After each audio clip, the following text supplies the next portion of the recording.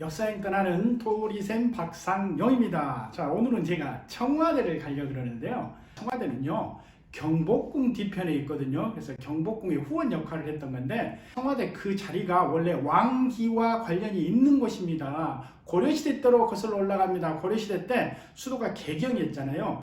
개경 이외에 삼경이라고 있거든요. 서경이 평양, 그리고 동경이 경주, 그리고 남경이 그 청와대 그 자리가 남경이었습니다. 고려시대 때 도읍으로 옮기려는 계획을 했다고도 그래요. 근데 위야무야 되다가 자, 조선이 건국됩니다. 자, 고려시대 때 개경에 있던 도읍을 이성계가 옮겨오지 않습니까? 그러면서 경복궁을 지어요. 경복궁에 동서남북문을 지어놓고 남문이 광화문, 북문은 그렇게 자주 열진 않았습니다. 북문 뒤편은 청와대 자리거든요. 거기에 임금님 산책 장소로 썼을 것 같아요. 그러다가 임진왜란이 일어나죠. 임진왜란 때 경복궁이 전부 불타버립니다. 270년 동안 폐허로 남겨있어요. 조선 말 때 흥선대원군이 경복궁 중건한다 그러죠. 왕권을 강화시킨다 그러잖아. 그래서 경복궁을 새로 만들면서 그 북문 뒤편에 그 왕실의 후원 역할을 하던 곳에 멋진 건물을 지어요. 그 중에 하나 건물 이름이 경무대입니다. 건물 이름이 경무대라 그래요. 경무대.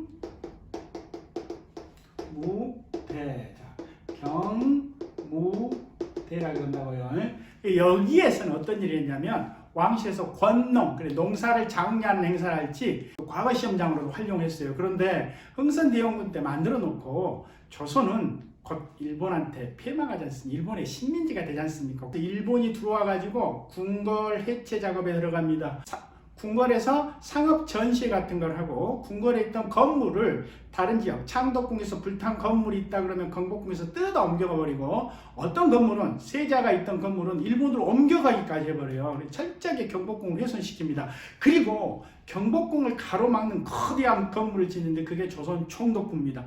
왜 경복궁을 가로막게 되냐면 자, 패망한 조선 사람들이 궁궐을 보게 되면 조선만을 생각한다 이거예요. 그래서 일본 생각해라 하면서 궁궐을 가로막고 조선 총독부를 짓고 조선 총독부에 있는 총독이 어디에서 살게 되냐면은 경복궁의 후문인 여기 경무대 자리를 허물고 거기에 총독이 살 집을 마련합니다. 그게 1939년입니다. 그때 살고 몇 년 안 있다 일본은 패망되고 거기에 이제 누가 들어오냐면 미 군정 장관 하지가 들어오는 거예요. 그러면서 3년 동안 이 이름을 되찾습니다. 경무대로. 근데 미국 사람들은 경무대란 이름이 굉장히 발음하기 어렵잖아요. 그래서 이렇게도 불러요. KMD. KMD로 부르고 그 다음에 들어간 우리나라 대통령 이승만이 거기 경무대란 이름을 다시 온전하게 되찾고 사람들끼리 이렇게 KMD로 부르는 거야. 근데 이승만 어떤 대통령? 독재한 대통령이지 않습니까? 자기의 정권, 자기 그 일파의 정권을 유지하기 위해서 반대파를 죽이고 잡아가지고 그리고 부정선거까지 그래가지고 4.19로 쫓겨난 대통령이잖아요. 그 다음 정부 들어서 가지고 역시 경무대로 들어가요. 똑같이. 근데 자, 이름을 그대로 경무대로 쓰면 독재 이미지가 안 난다 해가지고 윤보선 대통령이 이름을 바꾸자라고 제안을 해요. 그래가지고 후보를 두 개 내놓습니다. 하나는 화령대, 또 하나가 청와대입니다.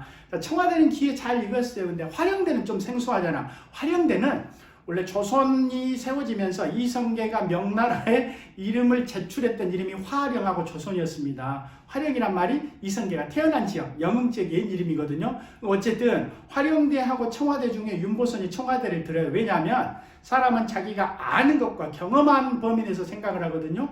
윤보선이 영국에서 고고학을 공부했대요. 자, 그래서 고려시대 때 청기화 건물이 있었거든요. 그래서 청와대라는 이름이 마음에 들었고 또 하나는 미국 대통령이 있는 데가 화이트하우스, 백악관, 화이트 색깔 들어가잖아요. 청와대 블루하우스잖아. 잠시 돌 밝히지 하나 드릴게요. 자, 하얀 집은 화이트하우스, 블루하우스는 파란 집. 그러면 투명한 집은 영어로 뭐라 그럴까요? 정답. 비닐하우스. 어쨌든 영어로 청와대는 그대로 청와대입니다. 블루하우스가 아니에요. 자, 윤보선이 들어가서 청와대로 이름을 바꿔가지고 국민의 언성을 좀 죽여야 되겠다라고 생각하는데 바로 5.16 일어나잖아요. 박정희가 들어오잖아요. 박정희 청와대에 살았어요. 그 이후로 박정희 다음에 최규화, 그리고 전두환, 노태우까지 그 일본이 만들어 놓은 그 집에서 살아가지고 청와대라 부르고, 노태우 때 지금 우리가 뉴스에서 보는 으리으리한 대골 같은 집 있잖아요.